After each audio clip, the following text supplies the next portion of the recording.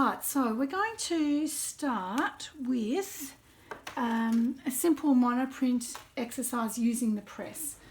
So there's a few things that we're going to need. We're going to need a sheet of Perspex. This is an old one that's got bits of paint on the back. It's a bit scrubby, but it'll do the job. There was suggestion that we could use something like a folder insert or that kind of thing. So yeah, whatever you've got basically. I've also got some black Acua ink, and I've got some phthalo blue. So I'm going to work with phthalo blue. So I'm going to need my inks. I've also got a couple of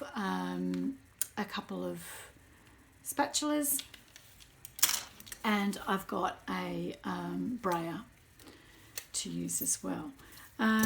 I've pre-prepared my papers, so I've had my papers soaking, not for long enough, but hopefully it'll be okay. And I've got those drying there, so they're just under a sheet of paper, and I'm using the craft press to print with, and I'll move across to there once we're ready to go. Okay, so the first of the techniques we're going to look at is just a really basic technique of doing monoprint. So we did monoprint last year, but when we were doing monoprinting, we were using block printing inks, and we had the issue of the print drying, and that was a big problem for us, and a bit of an annoyance. So we're going to just use using the phthalo blue, and I won't need very much of it. And I'm just going to use the brayer. I can add more if I need more.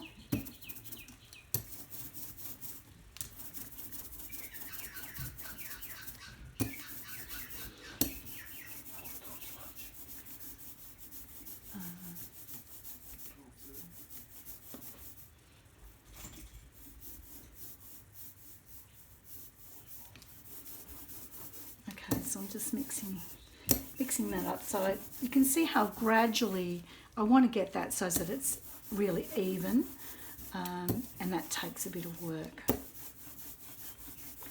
Now remember that you saw how little amount of ink that I actually put on there, so you don't need reams of ink. And now I can just transfer that across.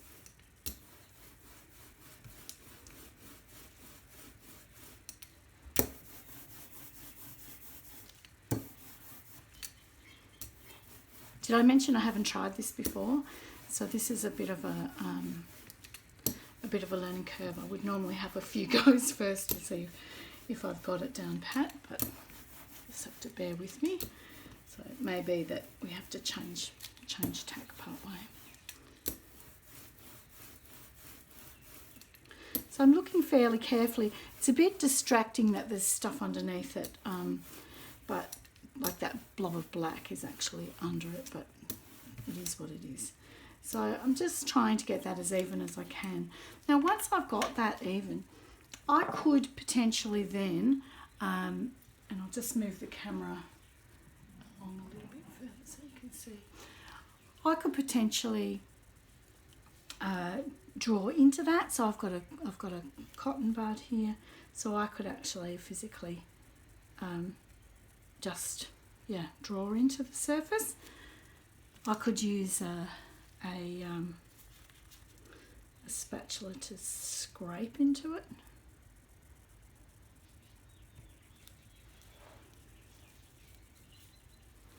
It's kind of nice. I'm sort of putting pressure more on one edge than the other. It's quite good.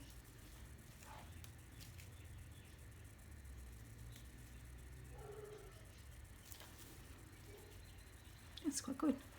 I could use any tool that I had. If I had a stiff brush, this brush is quite stiff, I could do kind of stiffened brush strokes, and you'll be surprised at what level of information will show up, hopefully, onto the print.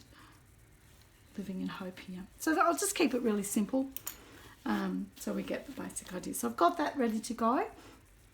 I've then just got to transfer that onto the plate. I'm using a piece of paper on the base just to protect the sheet. This phthalo blue stains quite badly.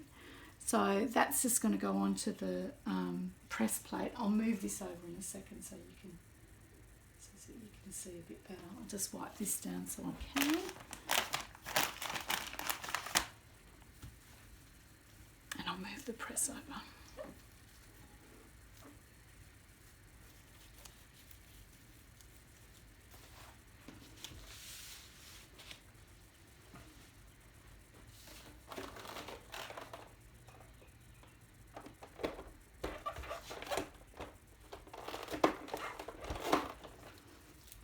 Everything across a bit so we can see what's happening. So you can see that there sitting on the press plate.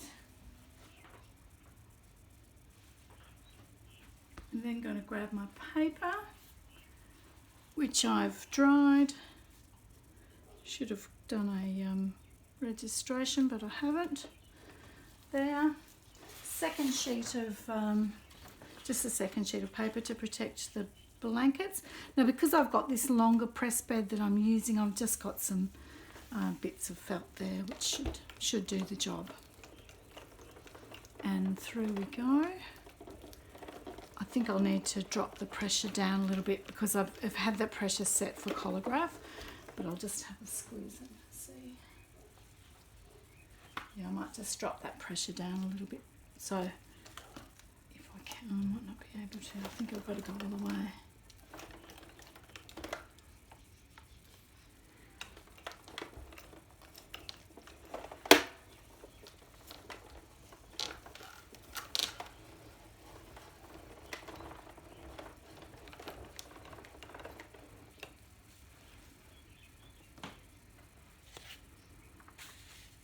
That looks okay.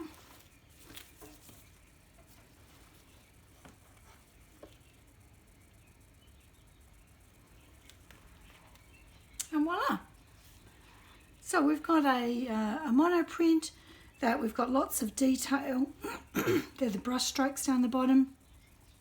Very simple technique, but works really well, and you're getting, obviously a much more in-depth print. And that's with very little ink on the plate. So I think that's really important to see that you can produce that kind of thing quite simply. I could have equally used black, like a mixture of blue and black. I could have had like blacker edges up here or a black section, so I can do that kind of thing as well. And I just did this because it was fast to do, but you could draw into it. You could draw a portrait or a still life or whatever, and that ink's not going to dry on the plate. It's going to stay nice and wet on the plate for quite a reasonable amount of time, and that's a pretty cool thing. Matches my gloves. Very nice.